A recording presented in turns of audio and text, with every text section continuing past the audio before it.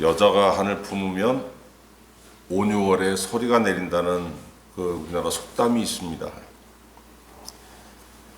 이때 온유월이라고 하는 거는 음력이에요, 음력.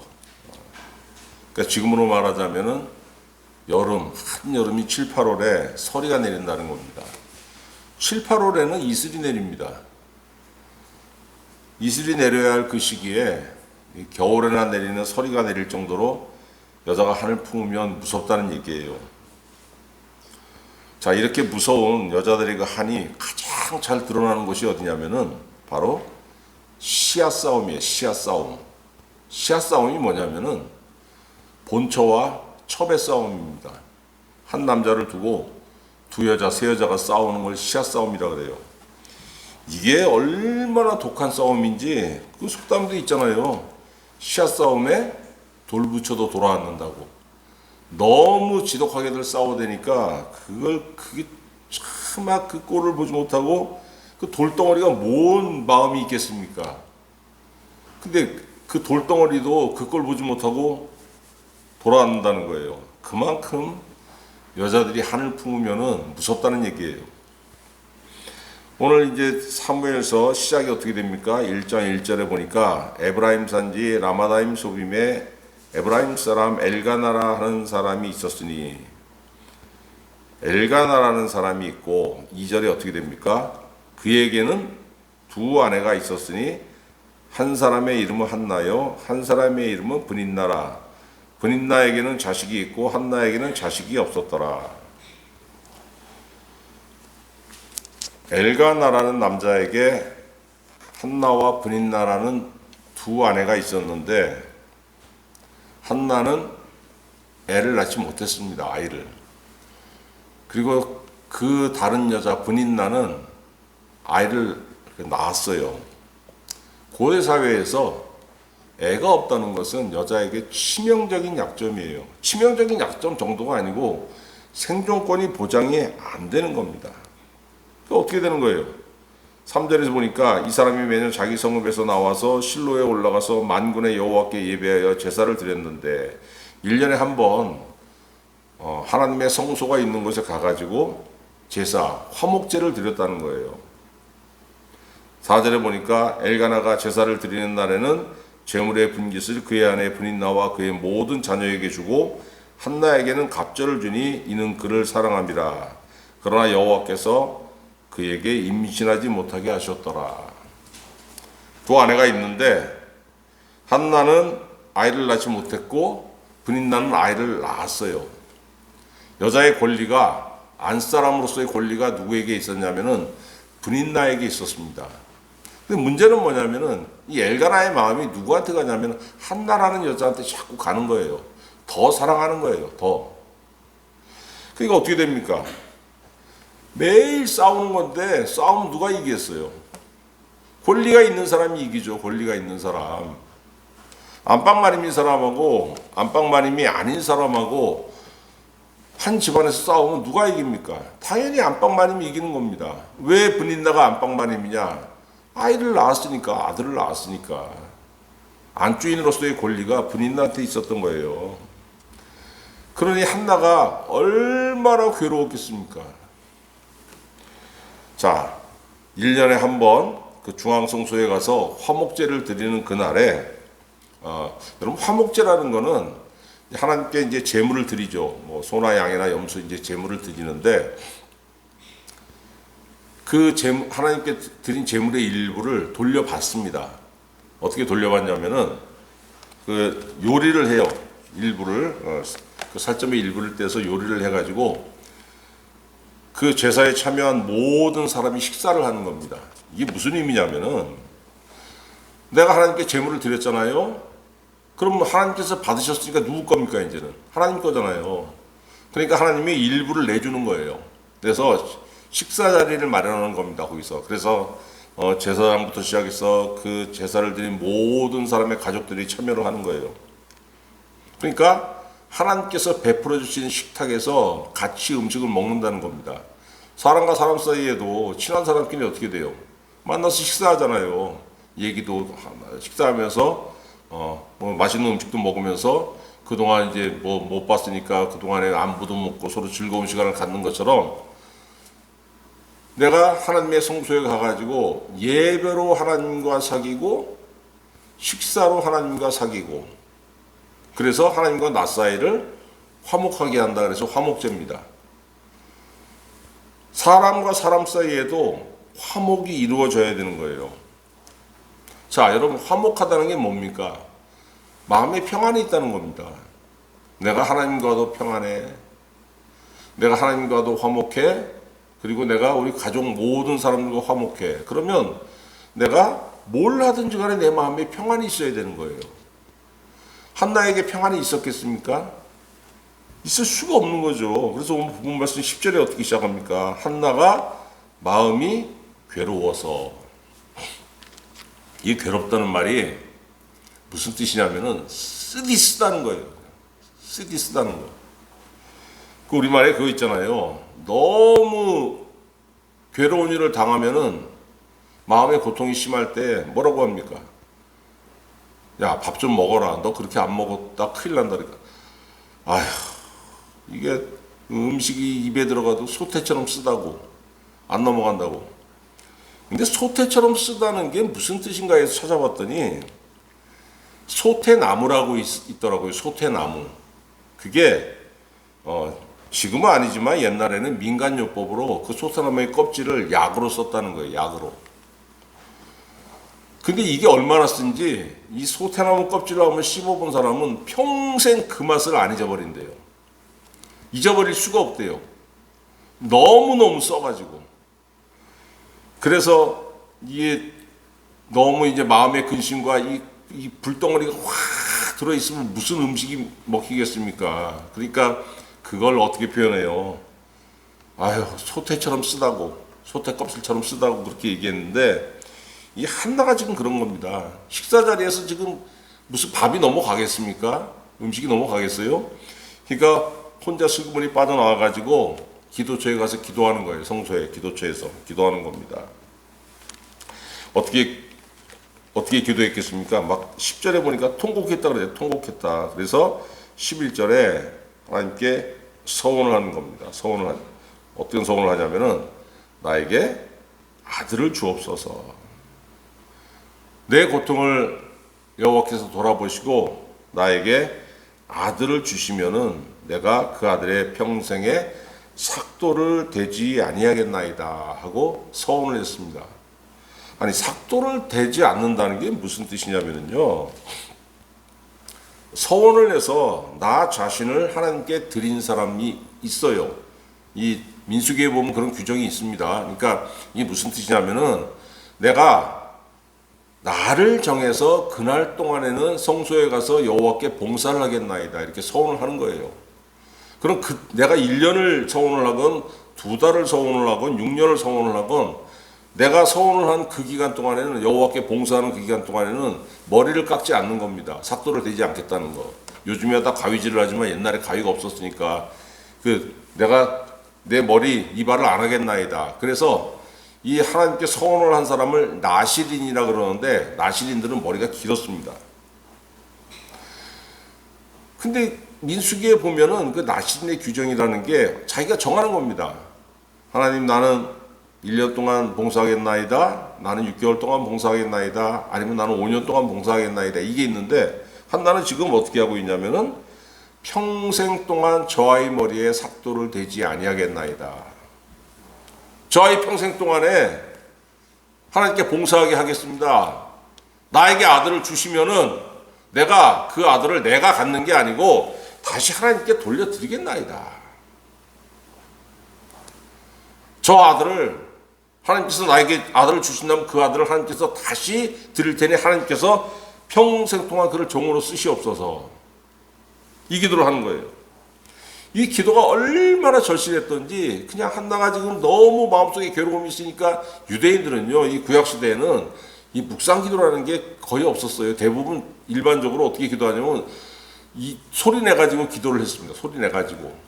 근데 지금 마음속에 불덩어리가 있으니 그게 소리가 나오겠어요. 그러니까 한나가 그냥 속으로 이렇게 기도하니까 저 좀 떨어져서 그 한나의 기도하는 모습을 지켜보던 대제사장 엘리가 어떻게 오해를 했냐면 14절 보세요. 엘리가 그에게 이르되 네가 언제까지 취하여 있겠느냐? 포도주를 끊으라. 왜 너 소리 내서 기도하지 못하고 왜 이렇게 중얼중얼거리냐? 너 취했구나. 이 구약 시대에는 이 포도주를 어떻게 먹었냐면은 이 독일 사람들이 맥주 마시듯이 그렇게 이제 물 대신으로 포도주를 마신 거예요. 그러니까 많이 먹고서 이제 취하는 경우도 있는데 이때 그 한나가 너 식사 시간에 포도주를 너무 많이 먹었구나 오해를 하는 거예요. 이렇게 대제사장 엘리가. 그때 어떻게 합니까? 한나가 대제사장 엘리에게 자기 사정을 설명을 하잖아요. 나를 그런 여자로 오해하지 마옵소서 하면서 자기 딱한 사정을 얘기하니까 17절에 엘리가 뭐라고 합니까? 엘리가 대답하여 이르되 평안히 가라. 이스라엘의 하나님이 네가 기도하여 구한 것을 허락하시기를 원하노라. 대제사장은 성소를 찾은 자들에게 이렇게 축복해 줘야 될 의무가 있었습니다.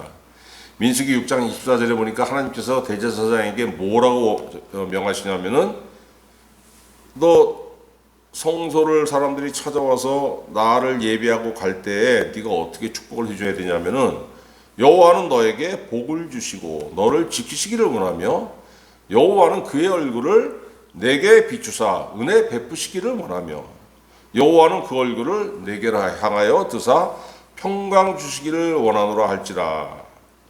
그들이 이같이 내 이름으로 이스라엘 자손에게 축복할지니 내가 그들에게 복을 주리라.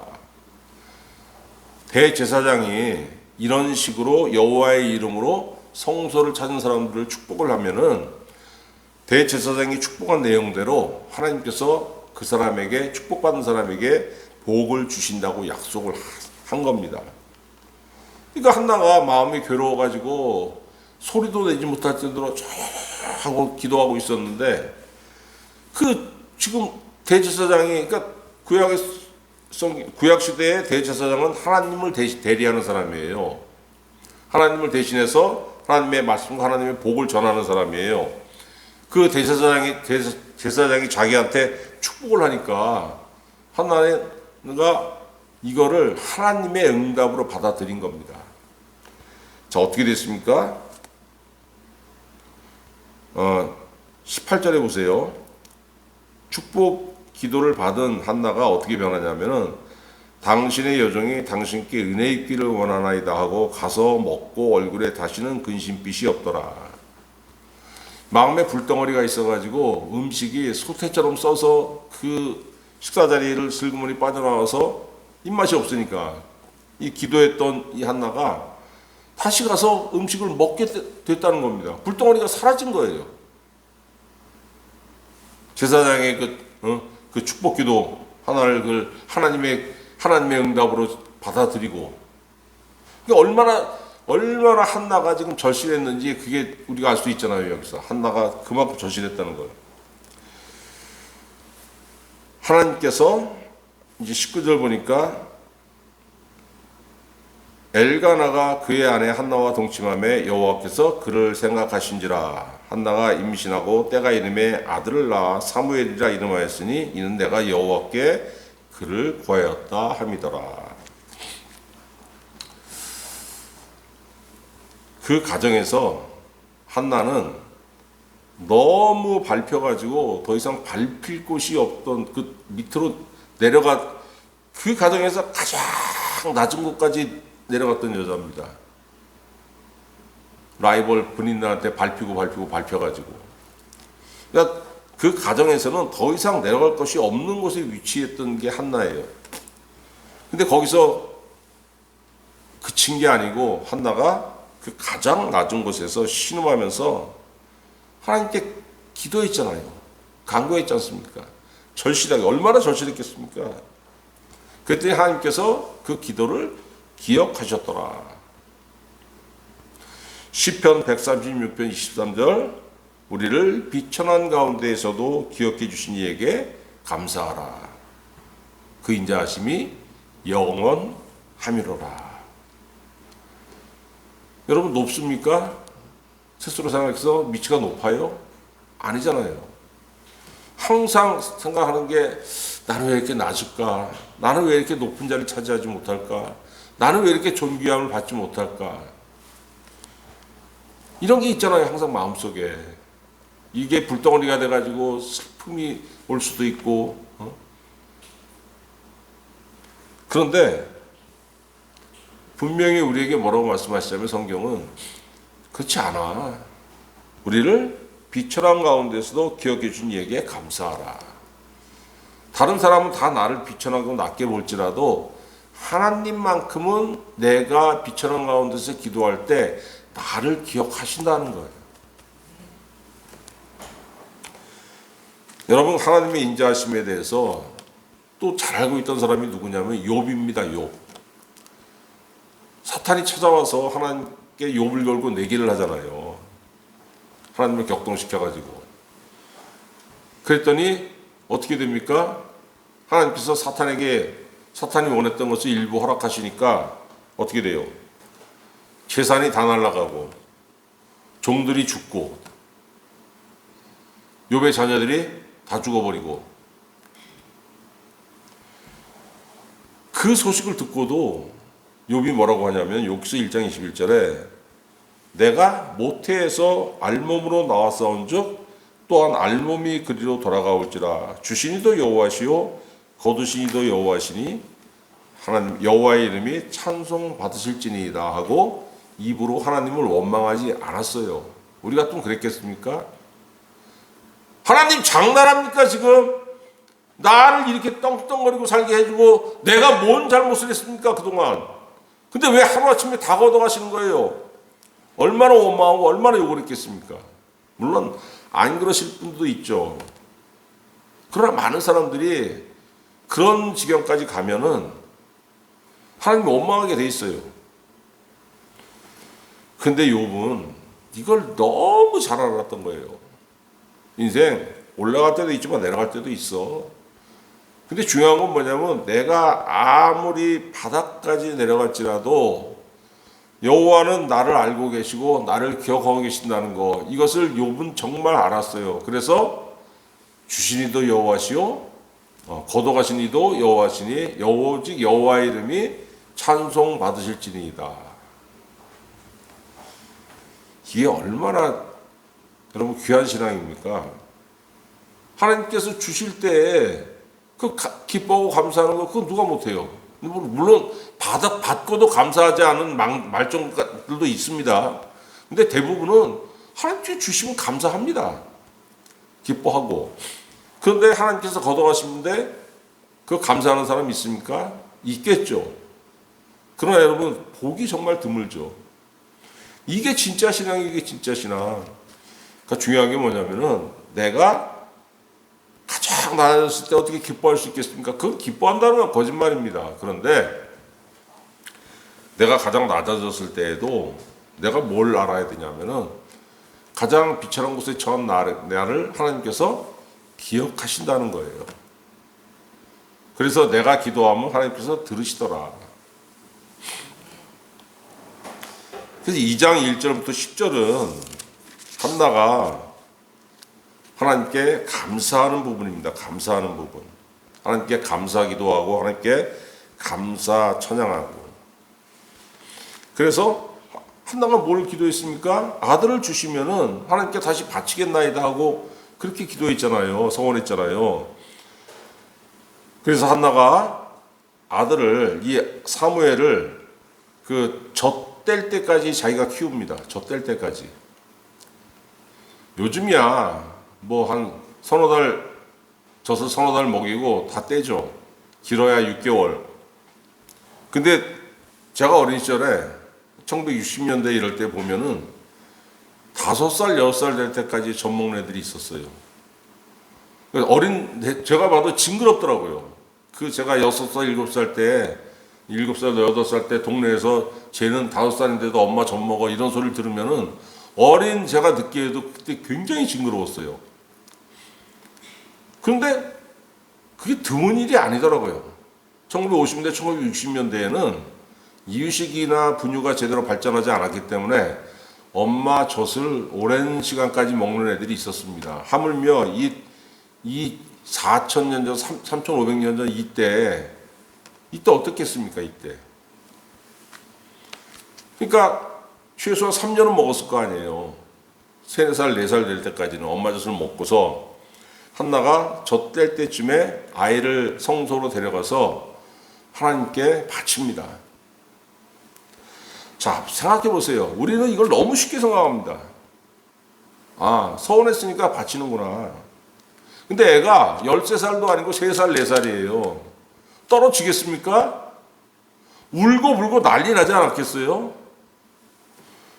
근데 그거를 그 울고 불고 난리 나는 그 어린 아들을 거기 놓고 와야 되는 이 어머니의 심정, 한나의 심정이 어땠겠습니까? 그럼에도 불구하고 한나는 그 아이를 하나님께 드리고 왔어요.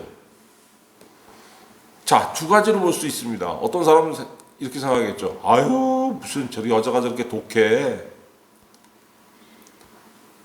피도 눈물도 없네. 이렇게 욕할 사람도 있겠지만은, 그러나 신앙의 눈으로 보면 뭡니까? 아유, 대단하네, 믿음이. 왜?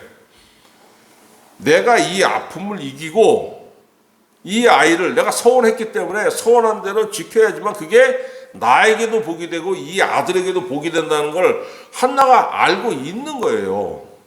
하나님 말씀에도 있지 않습니까? 신명기 23장 21절 네 하나님 여호와께 서원하거든 갚기를 더디하지 말라. 내 하나님 여호와께서 반드시 그것을 내게 요구하시리니 더디면 그것이 내게 죄가 될 것이라. 너 서원하고 하나님께 은혜 받았잖아. 그러면은 네가 알아. 받았으니까 언제 이것을 내가 주님께 갚아야 될지 본인이 안다는 거예요. 당연하지 않습니까? 하나님께서 나에게 주신 복의 내용을 누가 제일 잘합니까? 하나님이 제일 잘하시고 그 다음에 내가 잘 알아요. 그러니까 이거 언제 내가 서원한 대로 갚아야 되는구나. 가장 잘하는 분이 하나님이고 그 다음이 납니다. 당연하죠, 이거는. 근데 그것을 뭉개는 경우가 있단 말이에요. 어떻게 되느냐? 전도서 5장 6절. 네 입으로 네 육체가 범죄하게 하지 말라. 천사 앞에서 내가 서원한 것이 실수라고 말하지 말라. 어찌 하나님께서 내 목소리로 말미암아 진노하사 내 손으로 한 것을 멸하시게 하랴. 서운하고 속된 말로 쌩 깠더니 어떻게 되느냐? 다 망하더라는 거야. 다 망하더라는 거. 근데 여러분 우리가 한번 생각해 보세요. 한나가 아들을 낳았습니다. 경쟁자인 브닌나가 어떻게 생각했겠습니까? 어머! 저게 아들을 낳았어? 야 이거 어떡하지 이거?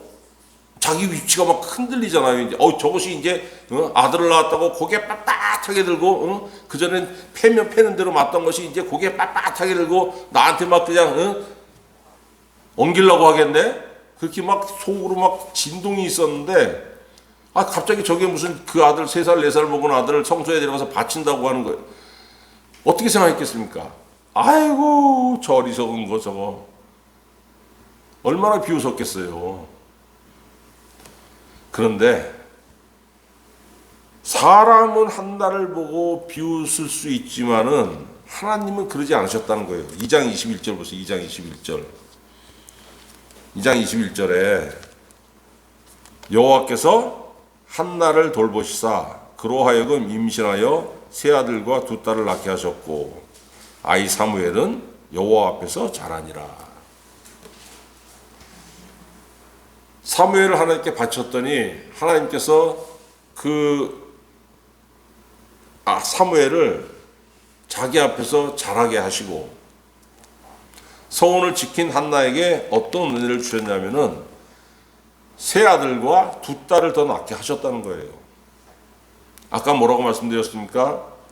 고대 사회에서 한 가정의 안주인으로서 여자의 권리는 아들을 낳음으로 인해서 주어지는 겁니다. 아들. 참 지겹지 않습니까? 우리나라도 얼마 전까지만 해도 한 30-40년 전까지만 해도 그놈의 아들 타령을 왜 이렇게 그렇게 해야 되는지 그래가지고 막 저런 것도 있었잖아요. 그 성별 검사를 해보고 그 집 할머니가 자기 며느리가 임신을 했어. 그럼 성병검사를 해보고 아들이라 그러면, 딸이라 그러면 낙태수를 하라고 막 강요하고, 아들이라 그러면은 그냥 아이고 우리 금쪽이 같은 손주 하면서 그 점쟁이한테 가서 사주를 받아옵니다. 이게 의사가 예정일이 그 며칠이라 그러면은 그때 가가지고 제일 좋은 시가 언제냐? 얘가 장군이나 대통령이 될 그 시간이 몇 시냐 해서 받아와요. 그래가지고 의사한테 가서 막 강요를 했어요. 요 시간에 째달라고. 뭐 배를 째가지고 제왕절개술을 해달라는 겁니다. 얘가 요 시간에 태어나지만 입에 금방 물고 태어난다고. 왜 그렇겠습니까? 큰매 아들 사상, 아들 선호 사상. 한나 시대에도 마찬가지였던 겁니다. 아들을 낳지 못하면은 그 여자는 집안에서 아무 권리가 없어요. 그리고 늙어서 어떻습니까? 노후 보장이 없어요. 우리나라는 마찬가지 아닙니까? 60년, 70년 전만 해도 아들을 낳으면은 그 장남에게 특히 논을 팔아서라도 장남을 대학 보냈지 않습니까? 공부 좀 하면은. 대신에 그 장남은 뭘 해야 돼요? 부모의 노후를 책임져야 되고. 아들이 없다는 건 뭡니까? 노후 보장이 안 된다는 거예요. 근데 하나님, 한나가 자기 서원을 지켰더니 하나님께서 한나에게 세 아들과 두 딸을 더하셔가지고 한나가 누굴 이겼습니까? 분인나를 이겼죠. 그리고 노후까지 보장받게 해주셨죠. 연금 보험까지 들어주셨다는 거예요. 하나님께서. 시편 92편 14절 그는 늙어도 여전히 결실하며 진액이 풍족하고 빛이 청청하더라. 누가? 여호와의 뜰에 심겨진 나무 같은 그런 성도들, 하나님의 은혜를 받은 성도들, 하나님께 기도한 것을 내가 지키기를 아끼지 않는 사람들, 손익을 계산하지 않고 하나님께 드렸더니 하나님은 30배, 60배, 100배로 되갚아 주셨다는 거예요. 아니, 아들이 그렇게 중요합니까? 중요하죠. 지금이야. 여러분, 지금은 돈을 어떻게 벌어요? 뭐 글을 써서 벌고, 그 다음에 컴퓨터 쳐서 벌고, 운전해서 벌고, 그렇게 육체의 근육이 막 이렇게 우락부락한 사람이 그렇게 일을 해서 돈 버는 시대가 아니지 않습니까? 근데 육체 노동이 주 수입이던 시절엔 아들이 힘이 세잖아요, 딸보다. 그러니까 농경사회에서는 아들 숫자가 뭐냐면은 그 가정의 힘을 의미했어요. 힘. 시편 127편 4절 젊은 자의 자식은 장사의 수중의 화살 같으니 이것이 그의 화살통에 가득한 자는 복되도다. 아들 많이 나오면 복되다고 성경에서 얘기하지 않습니까? 그들이 성문에서 그들의 원수와 담판할 때 수치를 당하지 아니하리로다. 두 가문이 싸움이 일어났는데 저 집 아버지는 아들 둘 데리고 왔는데 이 집 아버지는 아들 5을 데리고 나갔습니다. 싸움이 되겠습니까? 그게 아들 5 몽둥이 하나씩 들고 나갔는데 서로 싸우려고 나갔는데 6명이 있는 거하고 3명이 있는 거하고 싸움이 돼요, 그게? 여러분, 하나님의 은혜로 아내의 권리를 보장받은 한나, 이거 당연하죠? 이게 그렇게 주셨으니까. 그런데 또 뭐가 있습니까? 내가 내 아들이라는 그 생각을 버리고 내가 소원했으니까 하나님께 사무엘을 바쳤어요.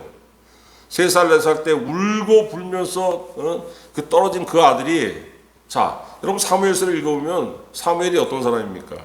이스라엘의 지도자가 돼요. 사울 왕을 세웠습니다. 기름 부어가지고. 다윗에게 기름 부어서 다윗을 또 왕으로 세워요. 어마어마하게 크게 쓰임받았죠. 한나가 멀리서 그 소식을 들으면서 얼마나 기뻤겠습니까? 아, 내가 서원한 것을 지켰더니 저 아들이 자라서 하나님께 영광 돌리는 아들이 되었구나. 이게 얼마나 흐뭇했겠어요, 여러분. 이게 하나님께서 한나의 슬픔을 기쁨으로 바꿔주셨던 겁니다. 다윗도 똑같은 경험을 했어요. 그래서 다윗도 어떤 찬송을 하냐면은 시편 30편 11절에 주께서 나의 슬픔이 변하여 내게 춤이 되게 하시며 나의 베옷을 벗기고 기쁨으로 띄우셨나이다. 이렇게 고백합니다.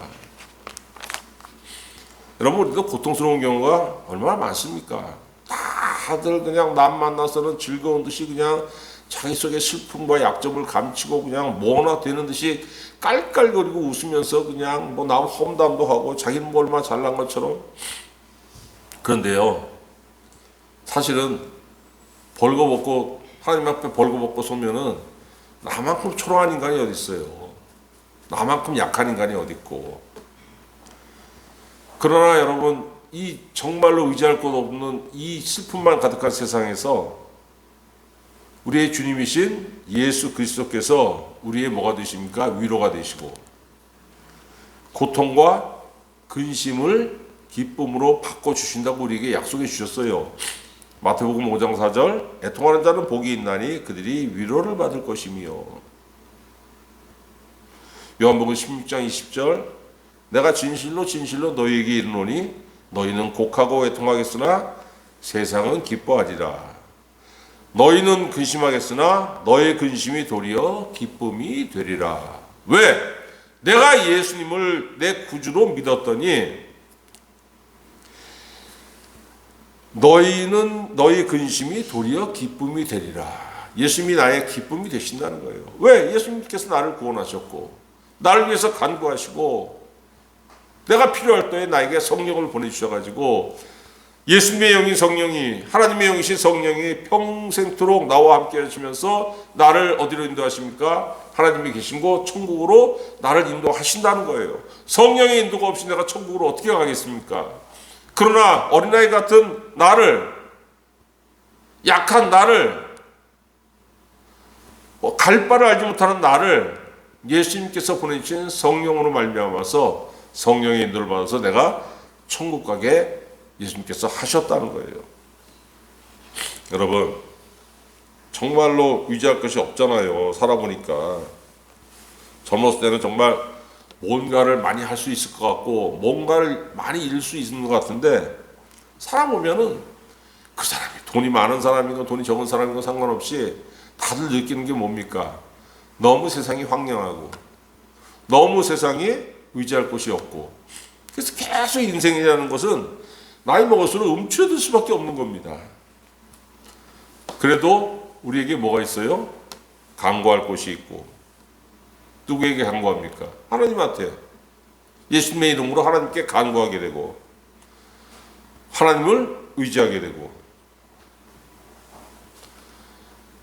애통하고 근심할 것이 많은 세상에서 우리 주 예수 그리스도의 은혜로 말미암아서 위로와 기쁨을 누리고 하나님께 감사하는 성도가 되시기를 우리 주 예수 그리스도의 이름으로 축원합니다. 기도하겠습니다.